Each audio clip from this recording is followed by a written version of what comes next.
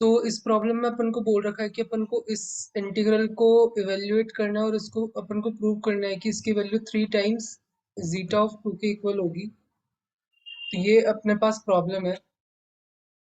तो सबसे पहले यहाँ पर ये cos hyperbolic of x and sine hyperbolic of x है, तो इसको इस तरीके से लिख सकते हैं e raise to power x plus e raise to power minus x divided by 2, and इसको इस तरीके से लिख सकते हैं। उसके बाद इसको रिप्लेस कर देंगे तो यहाँ पर ये इस तरीके से आएगा और नीचे इसका स्क्वायर था तो ऊपर यहाँ पे 2 बच जाएगा। बेसिकली इधर डिवाइड में 2 आता, इधर 4 आता, तो कैंसिल होकर यहाँ पे नीचे 2 बचता, तो ऊपर जाके यहाँ पे इस तरीके से आ जाएगा। इसके बाद इसमें से e raise to power x common ले सकते हो तो ये इस तरीके से बन जाएगा, और इधर से नीचे वाले से भी कॉमन लोगे तो स्क्वायर है तो ई रेज टू पावर 2x बाहर आएगा और ये इस तरीके से बन जाएगा। इसमें से एक कैंसिल होगा, नीचे e raise to power x बचेगा जिसको ऊपर जाके e raise to power minus x लिख देंगे और ये इस तरीके से बन गया। अब यहाँ दो पार्ट में कर सकते हो, e raise to power x को इससे मल्टीप्लाई करोगे तो x square e raise to power minus x आएगा और डिनोमिनेटर में ये है ही, और जब इसको इससे मल्टीप्लाई करोगे तो ई रेज टू पावर माइनस का 3x आएगा और ये चीज है। अब x की वैल्यू 0 to ∞ के बीच में है तो ये चीज तुम देखोगे तो ये e raise to power minus 2x है वो लेस देन 1 है। तो यहाँ पर तुम्हें पता है कि ये dt का जो सम होता है ये 1 + y + y² y³ अगर y की वैल्यू लेस देन 1 है तो ये इस तरीके से होगा।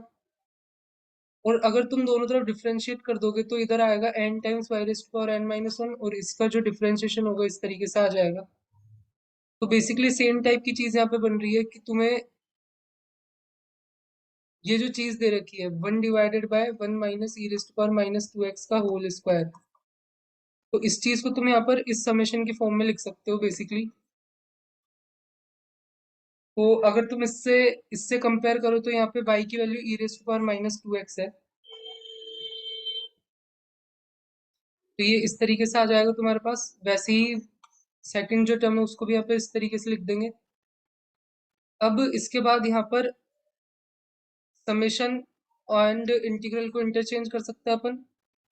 तो समेशन को अपन ने बाहर ले लिया, जो ये integral with respect to x x है तो एन को यहाँ पे अपन बाहर ले लेंगे, और e raise to power minus x को तुम इसके साथ कंबाइन कर सकते हो, और इधर से e raise to power -3x को भी तुम इधर कंबाइन कर सकते हो। तो कंबाइन करने के बाद इधर तुम देखोगे तो इधर क्या बच रहा है अपने पास, ई रेज टू पावर -2n+2 था उसमें एक -1 आया तो ई रेज टू पावर -2n-1 बचा अपने पास।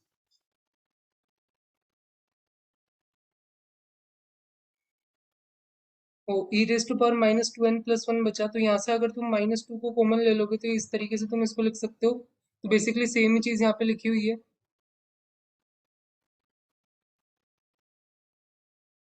यहाँ पे अगर तुम देखोगे तो नेक्स्ट पर सेम चीज लिखी हुई है। वैसे ही यहाँ पर अपने पास ई रेज टू पावर दिस था, ई रेज टू पावर -2n+2 था उसमें यहाँ पर -3 आया तो ई रेज टू पावर -2n-1 बचा।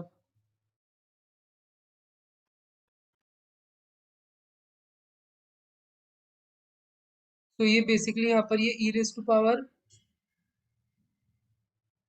-2n-1 था, और इधर से देखोगे तो ई रेज टू पावर -2n+1 बच जाएगा। तो बेसिकली तुम बस इसको इसके साथ कंबाइन करना है और उसके बाद जो आया उसको सिंप्लीफाइड करके मैंने यहाँ पे लिख दिया है। और अब तुम यहाँ पे देखोगे तो इस इंटीग्रल को अगर तुम देखो तो ये इंटीग्रल जो है 0 to ∞ x raise to power a e raise to power -bx dx है। ये जो इंटीग्रल है उसकी value gamma of a+1 divided by b raise to power a+1 है। तो बेसिकली अगर तुम रिकॉल करो गामा का इंटीग्रल ये होता है gamma of z, this integral के इक्वल होता है यहाँ पर e raise to power -t है, t raise to power z-1 dt है। तो वैसे ही अगर तुम यहाँ पर ये देखो तो यहाँ पर सेम इसको कंपेयर करो इससे, तो यहाँ पे अपन क्या करेंगे तो बेसिकली गामा ऑफ z ये है तो गामा ऑफ a क्या हो जाएगा अगर तुम लिखो तो 0 to ∞ e raise to power -t, g की जगह बस तुम्हें a लिखना है। तो गामा ऑफ a+1 क्या हो जाएगा, बस यहाँ पे a+1 रिप्लेस कर देंगे तो ये बन जाएगा। अब इसमें भी अगर तुम t की जगह bx पुट कर दोगे ताकि यहाँ पे ई रेज टू पावर -bx बन जाए, तो यहाँ पर ये पुट करो जो है अपना a greater than 0 and b greater than 0 के लिए लिख रहे हैं अपन ये। तो अभी भी लिमिट 0 to इन्फिनिटी रहेगी। टी की जगह बी एक्स आ गया, डी टी की जगह बी टेन डी एक्स आ गया। तो बेसिकली यहाँ पे तुम देखोगे तो gamma of a plus one divided by b rest power a plus one same this integral के इक्वल आ जाएगा। तो इस तरीके से अपन उसको प्रूव कर सकते हैं।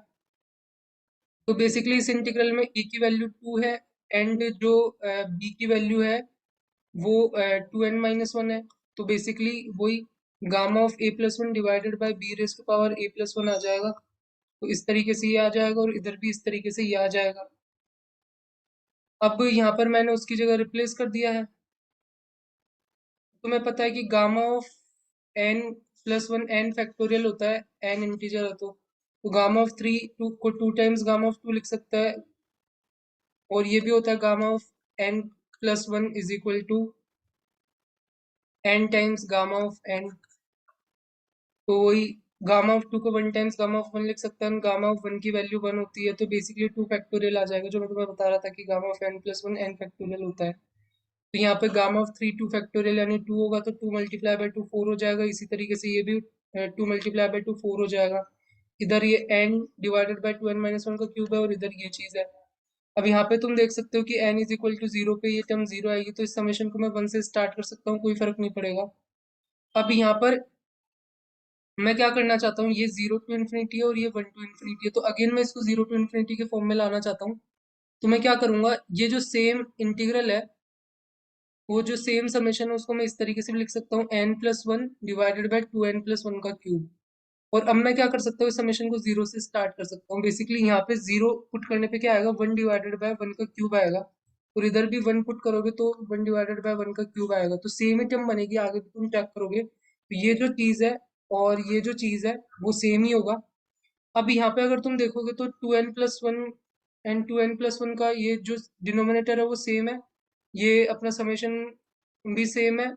ऊपर यहाँ n है और इधर n+1 है, तो कुल मिला के 2n+1 बन जाएगा। तो ये 2n+1 डिवाइडेड दिस बन गया, एक 2n+1 कैंसिल हो जाएगा तो ये इसका स्क्वायर बनेगा। डिफरेंट वैल्यू पुट करोगे तो 1/1² प्लस 1/3² प्लस 1/5² इस तरीके से बनेगा। और इसकी वैल्यू स्पेशल सीरीज है, तुम्हें पता है कि पाई² बाई 8 होता है। तो यहाँ पे तुम देखोगे तो पाई² बाई 2 अपना आंसर आ जाएगा। तो इस तरीके से इसको कर सकते हैं। तो होप तुम्हें अच्छा लगा होगा, अच्छा लगा हो तो लाइक करो, शेयर करो, सब्सक्राइब करो। मिलता है नेक्स्ट वीडियो में।